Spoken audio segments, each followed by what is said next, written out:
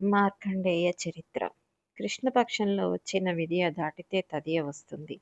శాస్త్రం ఏమంటుందంటే, శుక్లపక్షంలో వచ్చిన తదియ నాటి చంద్రరేఖ ఆకాశంలో ఎలా ఉంటుందో, ఎప్పుడైనా పార్వతీ పరమేశ్వరుల కిరీటముల మీద ఉండే చంద్రరేఖ ఎలా ఉంటుందో చూడాలని అనుకుంటే, శుక్లపక్షంలో ఆకాశం వంక చూడాలి. చూస్తే అక్కడ కనపడే చంద్రరేఖ ఎలా ఉంటుందో, అదే చంద్రరేఖ పార్వతీ పరమేశ్వరుల కిరీటం మీద ఉంటుంది. పైగా అలా దర్శనం చేయడం చాలా మంచిది కూడా. అలా మీరు భావన చేసి ఆకాశంలో కిరీటం వంక చూస్తే మీకు తెలియకుండానే ఎన్నో అభ్యున్నతలు కలుగుతాయి. అందుకే ఆ చంద్రుని మీద సౌందర్యలహరిలో శంకర భగవత్పాదులు చాలా శ్లోకములు ఇచ్చారు. అలా ఆ చంద్రరేఖ కలిగిన వాడిని మనం చంద్రశేఖరుడు అని పిలుస్తాము. ఆ చంద్రశేఖరుని ఇల్లాలే అమ్మవారు. ఇద్దరి కిరీటముల మీద చంద్రరేఖలు ఉంటాయి. కళాభ్యాం చూడాలంకృత శశికళాభ్యాం అంటారు శంకరాచార్యుల వారు.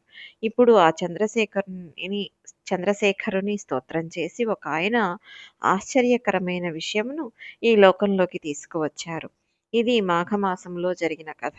ఈ కథను మాఘమాసంలో ఎవరైనా వింటే వారికి విశేషమైన శుభ ఫలితం కలుగుతున్నదని శాస్త్రవాక్కు. పూర్వకాలంలో మృకండు అనబడే ఒక మహర్షి ఉండేవాడు. గృహస్థాశ్రమ ధర్మ నిర్వహణ యందు ఆయన భార్య అయిన మరుద్వతి ఇద్దరూ కూడా బహుశ్రద్ధ పూనిక ఉన్నవారు. వీరిద్దరూ కూడా హిమాలయ పర్వత ప్రాంతములలో ఒక ఆశ్రమమును నిర్మితము చేసుకున్నారు. మృకండు మహర్షి తన తల్లిదండ్రులతోనూ తన భార్య అయిన మరుద్వతితో కలిసి అక్కడ నివసిస్తున్నారు. వాళ్లతో పాటు మృకండ మహర్షి శిష్యులు కూడా అనేక మంది అక్కడ ఉండేవారు. శిష్యులను కలిగి ఉండడం అనేది ఒక చిత్రమైన ప్రక్రియ. మనం ఉపనయనం అని ఒక క్రియను చేస్తాము. ఈ వేళ మనం చేసే ఉపనయనం స్థాయి వేరు. అసలు ఉపనయనము అంటే వేదము చెప్పే గురువు దగ్గరకు తీసుకువెళ్ళబడడానికి అనువైన కర్మ చేయడానికి ఉపనయనము అంటారు. అది తండ్రి చెయ్యాలి. ఉపనయనం చేసిన తర్వాత ఆ పిల్లాడు గురువు దగ్గరకు వెళ్ళిపోతాడు. పూర్వం ధర్మం చాలా ఆశ్చర్యకరంగా ఉండేది. అతడు రాజు బిడ్డే కానివ్వండి, సామాన్యుడి బిడ్డే కానివ్వండి, చదువుకోవాలంటే ఎక్కడికో వెళ్ళి మధ్యలో మరలా ఇంటికి వెళ్ళడం ఉండేది కాదు. గురువు గారి దగ్గరకు వెళ్ళిపోవాలి. గురుపత్నియే వాళ్ళందరికీ తల్లి, గురువు వాళ్ళందరికీ తండ్రి. గురువుకి వయసుతో సంబంధం ఉండేది కాదు. వాళ్ళు మిక్కిలి గౌరవింపబడేవారు. ప్రతిరోజు ఆ పిల్లలకు ఆయన పాఠములు నేర్పుతారు. నేర్పిన తర్వాత ఈ పిల్లలందరూ భిక్షాన్నం తీసుకురావడానికి వెళతారు. భిక్షాన్నం తీసుకువచ్చి అక్కడ పెడతారు. గురువుగారు అందులో కొంత భాగము తీసి శిష్యులకు తినమని ఇస్తారు. శిష్యులు ఆ భిక్షాన్నంతో బతుకుతారు. ఈయన పాఠములు నేర్పుతూ ఉంటాడు. వారు లోకమునందు అనుభవమును గడిస్తారు. గురువు తన విద్యయందు మోహం లేకుండా తనకు తెలిసినదంతా శిష్యులకు చెప్పేస్తాడు. అంతా నేర్పేసిన పిదప శిష్యులు గురువుకు ఏదో ఒక బహుమతిని ఇవ్వాలి. పూర్వకాలంలో ఈ బహుమతి ఇవ్వడం అనే బాధ్యత ప్రభుత్వానిది, అనగా రాజుది. శిష్యుడు ఏమి కావాలో దానిని శిష్యుడికి రాజు ఇచ్చేవాడు. దానిని ఆ శిష్యుడు పట్టుకుని వెళ్ళి గురువుకి ఇచ్చేవాడు. గురువులు అలా ఐశ్వర్యవంతులై ఉండేవారు. ఒక్కొక్క గురువు ఈ చేత్తో పుచ్చుకుని ఆ చేత్తో మరలా దానం చేసేవాళ్ళు. ఎప్పుడు వాళ్ళు శిష్యులకు అలా బోధ చేస్తూ తరించిపోతూ ఉండేవారు.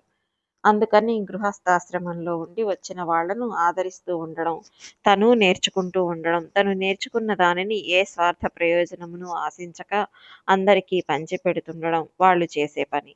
అది తరించే మార్గం. మహానుభావుడైన మృకండు మహర్షి మరుద్వతి అనబడే తన భార్యతో శిష్యులతో కలిసి నైష్ఠికమైన ఇటువంటి జీవితమును గడుపుతున్నాడు. కన్న తల్లిదండ్రులు బిడ్డలను ఎలా సాకుతారో అలా తన శిష్యుల యోగక్షేమములను వహిస్తూ మహానుభావుడై ఆవులన్నింటినీ చేరదీసి ఆ ఆవులను కాపాడుతూ ఆ ఆవు పాలతో నిరంతరము శివార్చన చేస్తూ ఇక్కడే ఉన్న దేవతల ప్రభువా అన్నట్టుగా ఇంతమంది కామితములను తీరుస్తూ ఆయన ఈ లోకమునందు ప్రకాశిస్తున్నాడు. ఇలా ప్రకాశించి ఆయన జీవితమును గడుపుతుంటే మరుద్వతి 3 బాధ్యతలను నిర్వర్తించేది. ఆమె ఎంతో సంతోషంతో అత్తమామలకు సేవ చేసేది. తన భర్తను సేవించింది. శిష్యులను ఒక తల్లిలా కాపాడింది. కాబట్టి ఆ భార్యాభర్తలిద్దరూ కూడా చక్కగా గృహస్థాశ్రమంలో వాళ్ళు నిర్వహించవలసిన ధర్మం ఏది ఉన్నదో ఆ ధర్మమును వారు నిర్వర్తిస్తున్నారు. వాళ్ళిద్దరికీ గృహస్థాశ్రమంలో తమ జీవితమును పండించుకుని అందరికీ కామధేనువై కల్పవృక్షమై తన జీవితమును నడుపుతున్నా వారికి బిడ్డలు కలగలేదు. బిడ్డలు కలగలేదన్న సాకుతో వారు శివార్చనను మాత్రం మానలేదు. మీకు ఏది ఇవ్వాలో, ఏది ఇవ్వకూడదో ఈశ్వరుడికి తెలుసు. ఎప్పుడు ఇవ్వాలో ఈశ్వరుడికి తెలుసు. ఈశ్వరుడు ఇస్తాడని అదే పూనికతో వారు శివార్చన చేస్తున్నారు. ఇలా ఉండగా ఒక రోజున ఒక ఆశ్చర్యకరమైన సంఘటన జరిగింది. ఒకనాడు మృకండు చతుర్ముఖ బ్రహ్మ ఉండే అంతఃపుర ప్రదేశమునకు వెళ్ళి బ్రహ్మగారి సభలోకి ప్రవేశించడం కోసమని మిగిలిన ఋషులతో పాటుగా లోపలికి వెడుతున్నాడు. అప్పుడు ఆయనను అక్కడ ఉండే ద్వారపాలకులు అడ్డుపెట్టారు. మీరు లోపలికి వెళ్ళకూడదు అన్నారు. ఆయన ఆశ్చర్యపోయాడు. నేను ఎందుకు వెళ్ళకూడదు అని ఆయన వారిని ప్రశ్నించాడు. మీకు సంతానము లేదు. సంతానము లేని కారణము ఉన్న సందర్భంలో మీకు బ్రహ్మసభా ప్రవేశార్హత లేదు అన్నారు. ఇక్కడ మనం ఒకటి గమనించాలి. మృకండుని అవమానించటం వారి ఉద్దేశ్యం కాదు. శాస్త్రవాక్కు ఒకటి ఉన్నది. సంతానం లేకపోతే పితృరుణం తీరదు. తాను కూడా ఒక కొడుకును కనకపోతే పితృరుణం తీరదు. కాబట్టి సంతానమును కని తీరాలి.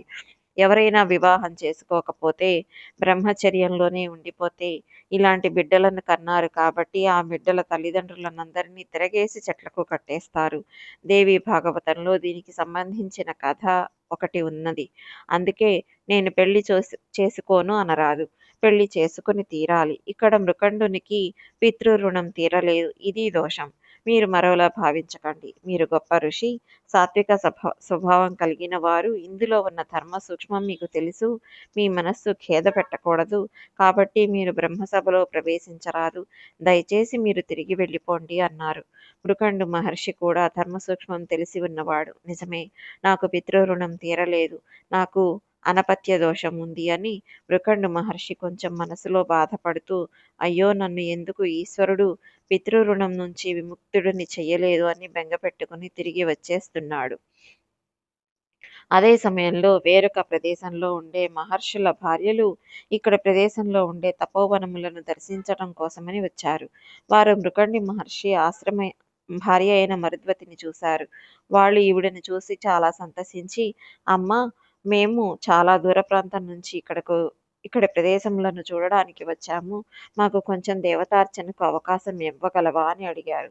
దేవతార్చనము అంటే భోజనం పెట్టడం. అప్పుడు ఆవిడ, మీ వంటి అతిథులు వచ్చినప్పుడు భోజనం పెట్టడానికే కదా గృహస్థాశ్రమంలో ఉన్నది. కాబట్టి మీరందరూ తప్పకుండా రండి. వా నాకెంతో సంతోషమని వారందరినీ పిలిచి పంచభక్ష్య పరమాన్నాలతో చక్కటి భోజనం తయారు చేసి వాళ్ళకి పీటలు వేసి లేత అరిటాకులు వేసి ఆ అరిటాకులను నీళ్లతో తుడిచి కూర్చోపెట్టి వారందరికీ వడ్డన చేసి, అమ్మా, మీరు పరిశేషంనకు నీళ్లు వడ్డిస్తాను కాబట్టి మీరందరూ భోజనమును స్వీకరించండి అంది. అప్పుడు వాళ్ళ అమ్మ, అలా మేము ఒక్కళ్ళం భోజనం చెయ్యము. మేము తల్లులమే కదా. నీ బిడ్డలను పిలువు. నీ బిడ్డలు కూడా ఇక్కడ కూర్చుంటే మేము నివేదన చేసుకుని మేము స్వీకరిస్తూ తత్ప్రసాదమును వాళ్ళ చేతుల్లో కూడా ఉంచుతాము. ఆ పిల్లలతో కలిసి తినాలని మాకు కోరికగా ఉంది. నీ బిడ్డలను పిలవవలసింది అన్నారు. అప్పుడు మరుద్వతి, అమ్మ, నేను తక్కువ నోములు నోచాను. నా నోములు ఫలించలేదు. నా కడుపు పండలేదు. నాకు బిడ్డలు లేరు. మీ వంటి తపస్వినులు మా ఇంటికి వచ్చి మా ఇంట్లో అన్నం తిన్న పుణ్యం చేత నా కడుపు పండుతుందని అనుకుంటున్నాను. ఇంత కష్టపడి వంట చేశాను. దయచేసి మీరు స్వీకరించండి అంది. అప్పుడు వాళ్ళ అమ్మ, ఏమీ అనుకోవద్దు. పురుషుడు పితృరుణం తీరడం కోసమే సంతానమును ఆపేక్షించే క్షేత్రముగా భార్యను స్వీకరిస్తున్నాడు. మీరు ఇద్దరూ కూడా ఎందుకు గృహస్థాశ్రమంలో ప్రవేశించారో తత్ఫలితాన్ని ఇప్పటికీ పొందలేకపోయారు. కాబట్టి అలా బిడ్డలు లేని ఇంట భోజనము చెయ్యము. నీవు ఏమీ అనుకోవద్దు అని చెప్పి వారు పీటల్లో తోసేసి లేచి బయటకు వెళ్ళిపోయారు. అప్పుడు మరుద్వతి ఎంతో బాధపడుతూ ఏడుస్తూ కూర్చుంది. తనకు బిడ్డలు లేని కారణం చేత మహాత్ములకు అన్నం పెట్టే అదృష్టమును కోల్పోయాను అని తలంచింది. ఆమె అలా బాధపడుతున్న సమయంలో మృకండు మహర్షి కూడా మనసులో చాలా పొందుతూ, అయ్యో, సంతానం లేక బ్రహ్మసభలో ప్రవేశించలేకపోయానే అని బాధపడుతూ ఇంటికి వచ్చాడు. ఇంటికి వచ్చేసరికి ఇంతటి మహాపతివ్రత అయిన భార్య ఏడుస్తూ కూర్చుని ఉంది. ఆయన వెళ్ళి, నువ్వెందుకు ఏడుస్తున్నావు అని అడిగాడు. ఋషికాంతలు రావడము, వారికి అన్నం పెట్టడము, వాళ్ళు పిల్లలు లేని ఇంట మేము తినమమ్మా అని పీటలు తోసి వెళ్ళిపోవడము గురించి ఈవిడ చెప్పింది. అప్పుడు ఆయన కన్నులు కూడా నీరు కారింది.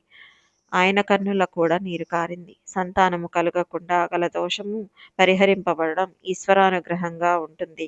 ప్రత్యేకించి సుబ్రహ్మణ్యుని అనుగ్రహం మీదనే వంశవృద్ధి ఆధారపడి ఉంటుందని శాస్త్రవాక్కు.